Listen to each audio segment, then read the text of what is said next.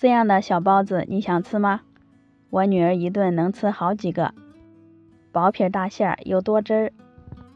先准备180毫升的温水，加入3克酵母粉、5克白糖，促进酵母发酵。用筷子搅拌均匀，让酵母融化。盆里是300克的面粉，用化好的酵母水和面，边倒边去搅拌，搅成面絮状，下手揉成面团，一次不容易揉光，中间可以醒上几分钟。揉成这种中等软硬的面团，盖上保鲜膜，放在温暖处醒化到2倍大。接着在碗里准备1小把花椒，倒入适量的热水，把花椒泡出香味儿。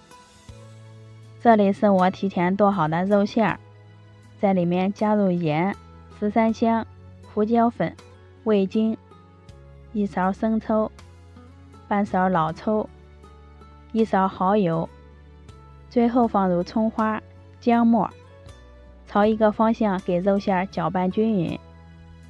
搅匀以后，分次加入发酵水，每加一次都要搅拌到肉馅完全吸收进去，再加入下一次花椒水。这样调好的肉馅吃起来更鲜。一直搅拌到这种黏黏的状态就行了。腌制20分钟，让肉馅更好的入一下味儿。锅中烧水，水开以后放入香菇，因为菌类的食物不容易清洗干净，最好放进开水里烫一烫，起到杀菌的作用。约烫上1分钟即可控水捞出。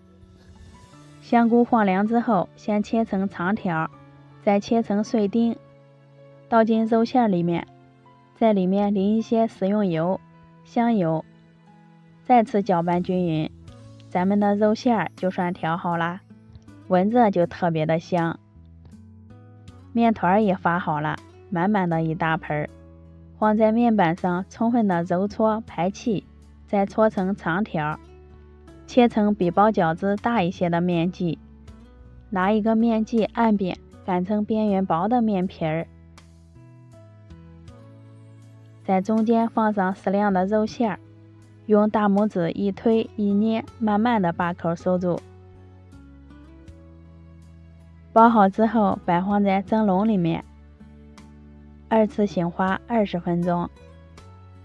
看一下醒好的生胚变得胖乎乎的，盖上盖子，开大火烧开，蒸上15分钟。